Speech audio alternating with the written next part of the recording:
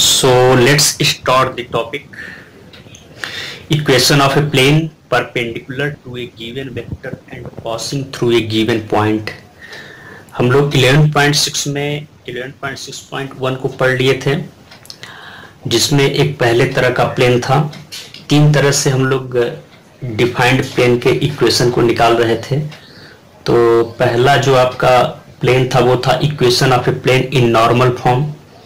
ठीक है, उस फॉर्म में क्या था कि the normal to the plane and its distance from the origin.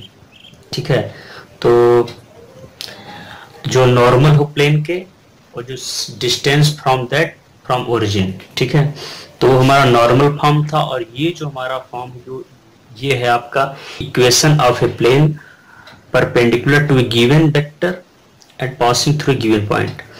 दरअसल ये आप वेक्टर इसको ले सकते हैं, एक गिवन वेक्टर है,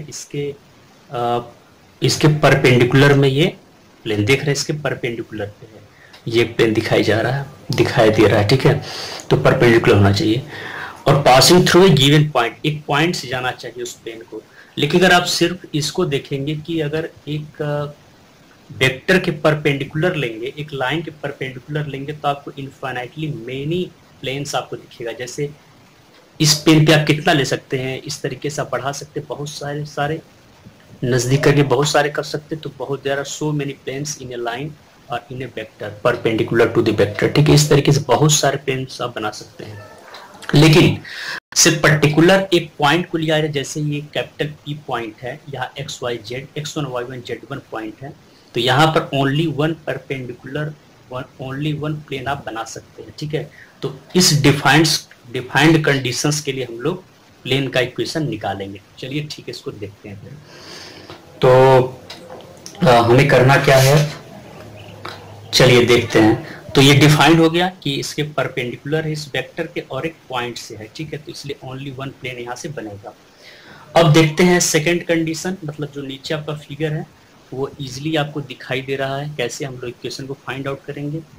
तो आप यहाँ देख सकते हैं कि ये एक हमारे पास प्लेन है। ठीक है, जो इस वेक्टर के परपेंडिकुलर भी है। ठीक है, परपेंडिकुलर भी दिखाई दे रहा है, वेक्टर एन इसका वेक्टर है। ठीक है, तो कोई पॉइंट मान लीजिए कैपिटल ए है। ठीक है, कैपिटल ए हमारा एक पॉइंट है जो कि स्मॉल ए वेक्टर के डिस्टेंस पे है ओरिजिन से, और यहाँ पर हमने पॉइंट कैपिटल पी ले लिया जिसका XYZ पॉइंट है।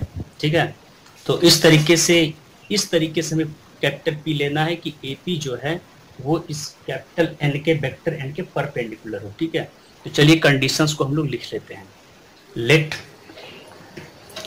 Late a plane pass through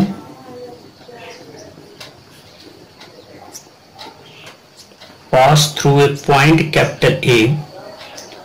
ठीक है, कैपिटल ए से पास कर रहा है with position vector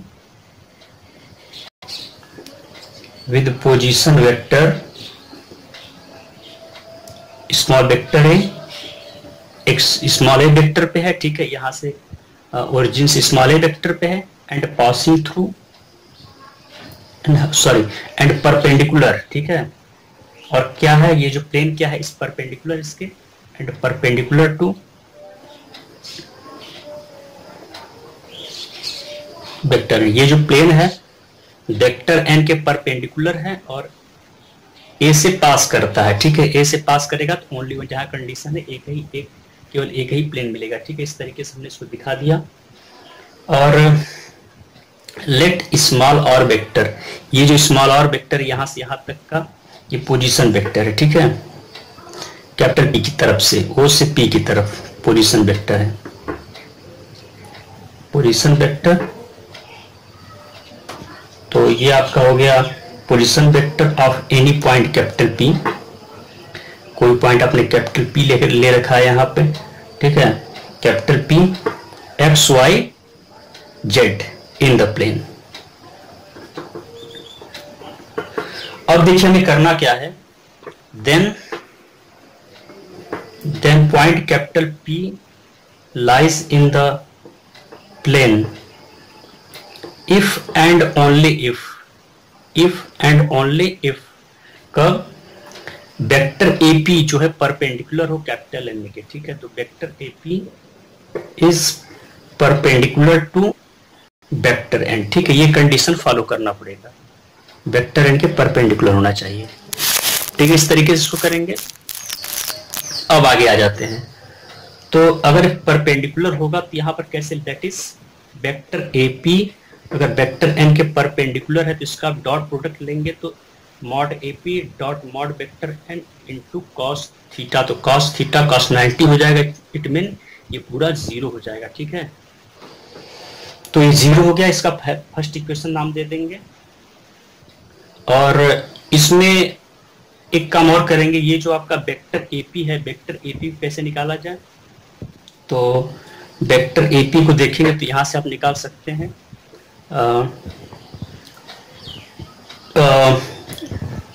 vector OP को आप लिख सकते हैं OP vector minus OA vector, ठीक है। OP vector minus OA vector, तो वही हो जाएगा आपका OP vector small r vector, OA vector minus small a vector. तो क्या जाएगा, small r vector minus small a vector, या सिंपली आप लिख देंगे small r vector minus small a vector into vector n is equal to 0।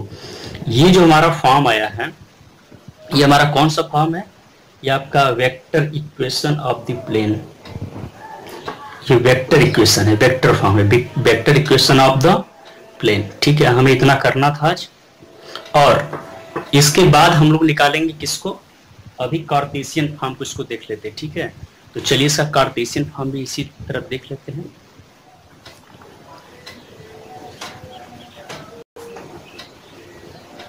देखिए simply हमारा जो वेक्टर फॉर्म था वो क्या था, small r vector minus small a vector dot vector n is equal to 0।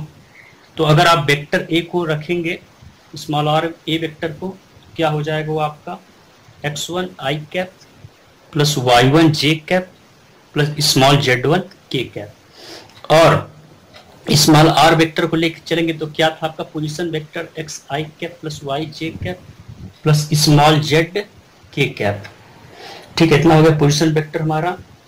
और वेक्टर n को simply vector n को लिख देंगे capital A i cap plus capital B j cap plus capital C k cap. अब simply put कर दीजिए small r vector minus small a vector, तब comparatively इन दोनों के सबसेट कर दीजिए, क्या मिलेगा हमें x minus x1 i cap plus y minus y1 j cap plus z minus z1 k cap, ठीक है। ये आपका एक ब्रैकेट में सेकेंड वेक्टर n, एक ब्रैकेट में capital A i cap plus capital B j cap plus capital C k cap is equal to 0, ठीक है। इतना हमें मिल गया। अब सिंपली आप जिसको मल्टीप्लाई करेंगे तो जो i के साथ i j, फिर i के साथ k आएगा, डॉट मल्टीप्लिकेशन होगा तो 0 हो जाएगा। बाकी i cap dot i cap 1 हो जाएगा, j cap dot j cap 1 हो जाएगा, k cap dot k cap 1 हो जाएगा। तो सिंपली इनका मल्टीप्लिकेशन होगा तो क्या मिलेगा हमें, x minus x1 a plus y minus y1 b plus z minus z1 c अब इज इक्वल टू 0। तो हमें ये कौन सा फॉर्म मिल गया, it is your cartesian form, ठीक है। Cartesian equation of the plane. किस प्लेन के लिए निकाला जा रहा है, equation of plane perpendicular to a given vector and given vector and passing through a given point capital P, कोई पॉइंट ले ले, ठीक है। तो आज के लिए इतना ही। Thanks for supporting us, keep watching our videos and share it to maximum students.